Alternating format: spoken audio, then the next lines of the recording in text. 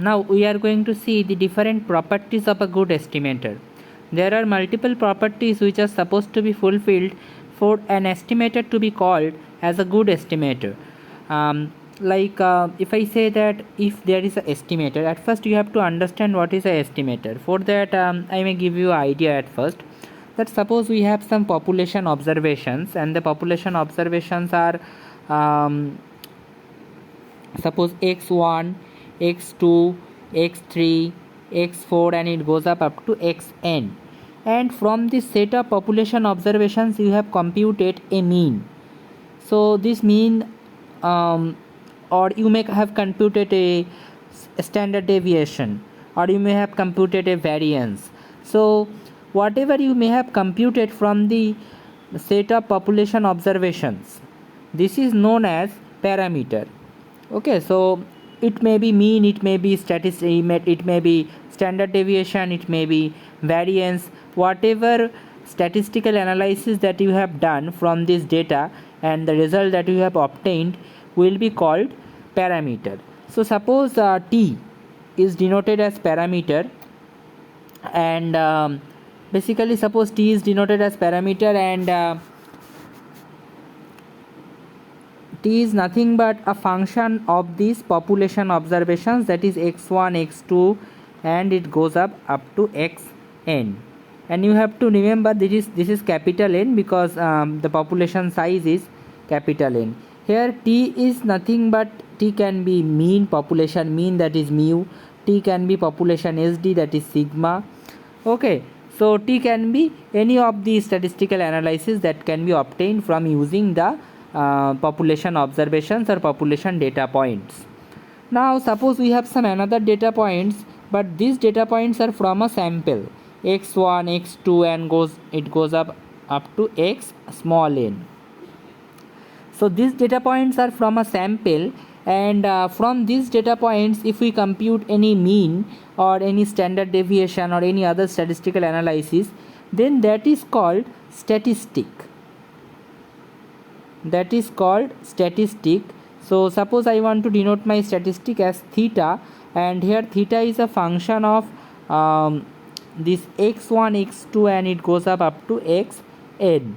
So basically from the sample observations, the calculations or any other suppose we have different suppose from the sample observations like this small x1, x2, x3, x4, xn, whatever calculations like mean, SD, whatever statistical calculations that we are obtaining is called statistic. And from the population observations, whatever statistical calculation that we are making out like mean, SD, variance is called the parameter. Okay, so here t is the parameter,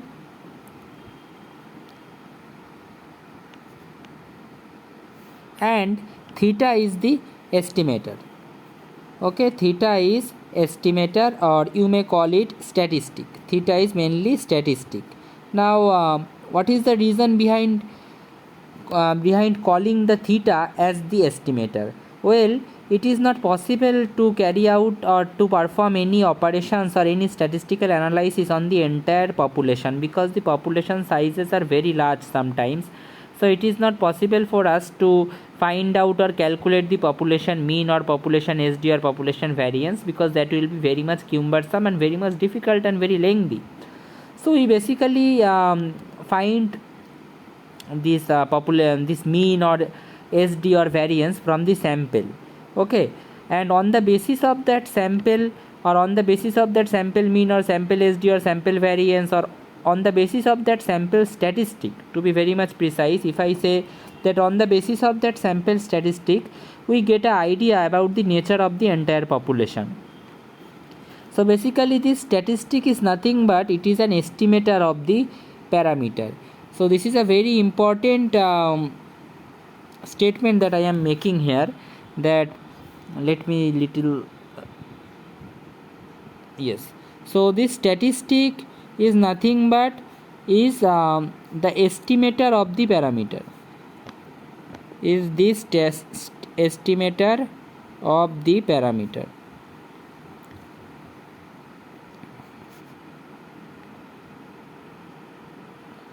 So that means I can write that from our conclusion our parameter is t and statistic is theta. So I can write that theta is an estimator of t. Theta is an estimator of t. Okay. Now if I have to prove that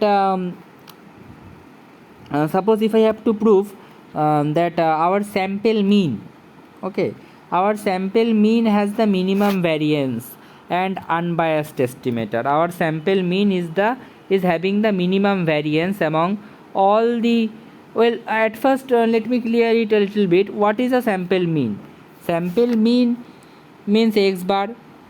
So obviously if the sample statistic, clearly look into this line, theta is an estimator of t. What is theta? Theta is the statistic, that means the computation that has been obtained from the sample.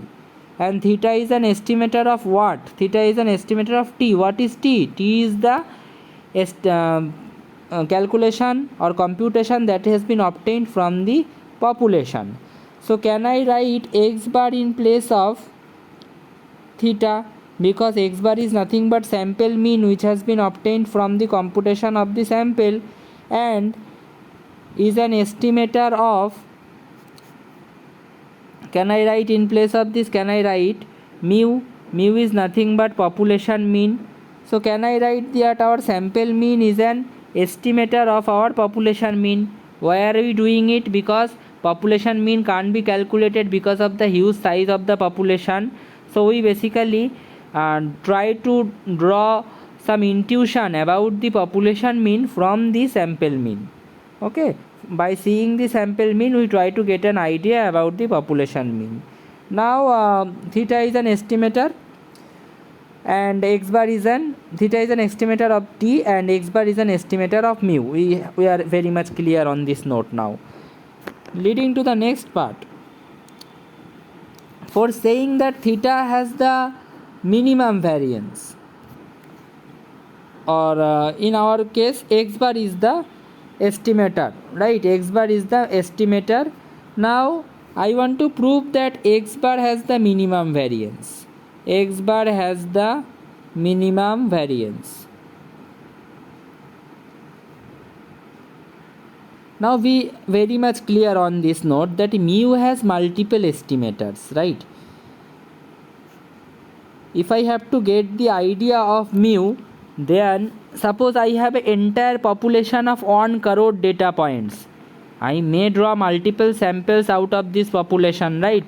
First sample, suppose in this first sample I have 300 observation. In this sample I also have 300 observation. In this sample I have also 300 observations.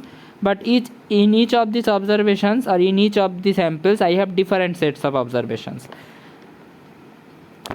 This population has a mean which is unknown obviously, and which will be estimated, or which will we will get an idea about that population mean by calculating the sample means. Now these three samples are giving me different means. Suppose this one is giving me the mean of 30, this one is giving me the mean of 28, and this one is giving me the mean of 29. Now which one is the best, or which one has the minimum variance? Which of the sample mean has the minimum variance?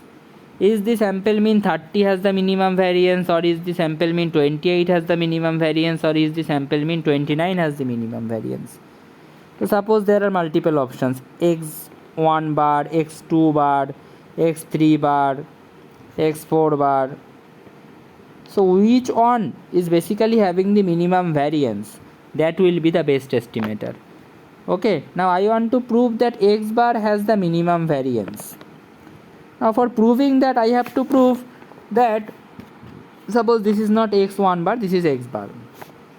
So I have to prove that x bar has the minimum variance. That means if there is any other estimator, or from all the values of xi, or we may say that yes, from all the values of xi, from all the values of xi, x bar has lesser variance. That means I have to prove that variance of xi, variance of x bar is less than variance of xi. Here xi denoting all the observations of the sample.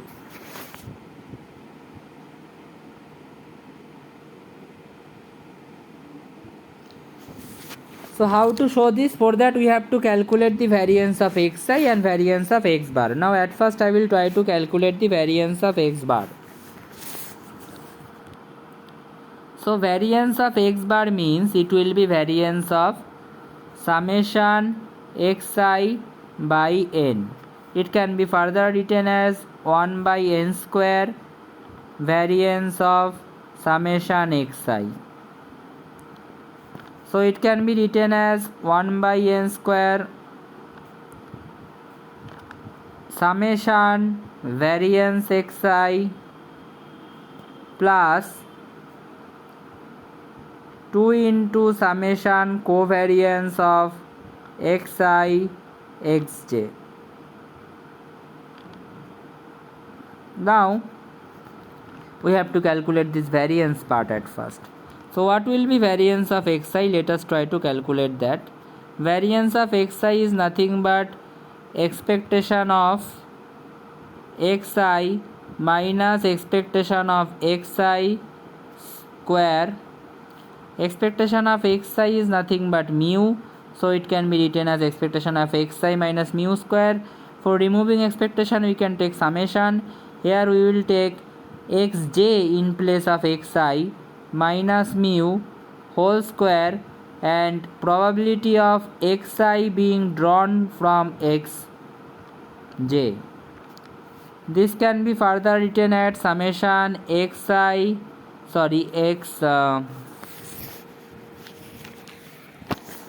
is supposed to be xj minus mu, just writing the same thing, xj minus mu whole square, and this will be converted into 1 by n. Please watch my previous video which was on standard error and expectation of sample mean.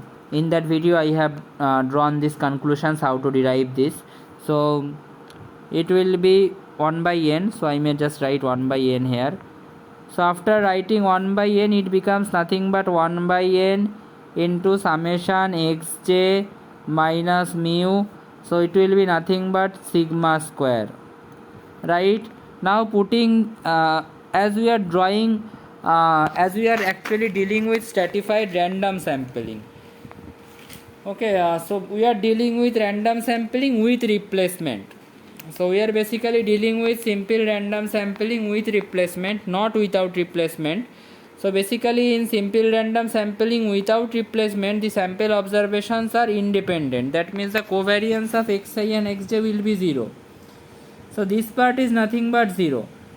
In the simple random sampling with replacement, the sample observations are independent, so the covariance doesn't exist, and that means the covariance is obviously 0. There is no correlation between the sample observations.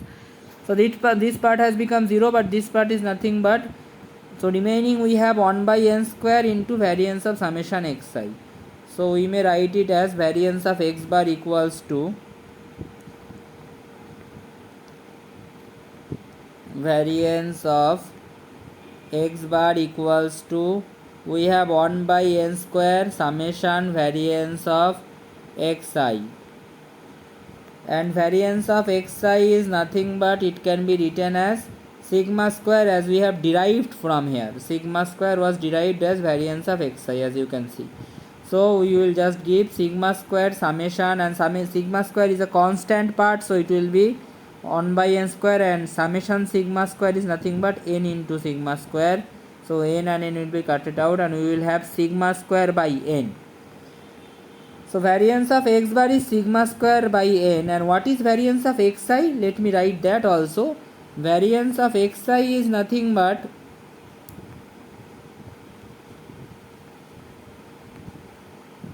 sigma square only. Okay. So now I want to compare, as I have also told that in the earlier segment, that variance of x bar has to be less than variance of xi. Okay, that means variance of any value on this entire sample of the x, variable x, has to be greater than the variance of x bar, that is the sample mean. Okay, so now variance of xi and variance of x bar, I want to compare this, or let me write it in this form, this part on the left side and this part on the right side. Now this is nothing but sigma square, this is nothing but sigma square by n. If n equals to 1, then variance of xi and variance of x bar both will be equal, because then it will be sigma square and it is obviously sigma square. But if n is greater than 1, in that case this is lesser, sigma square by n is lesser than sigma square. So basically this variance of x bar is lesser than variance of xi. So if n is greater than 1, then we can say that the minimum variance is obtained for the sample mean. That is the variance of x bar, that is the variance of sample mean, is minimum. So that is the proof of how to do, how to basically find out that x bar or the sample mean has the minimum variance.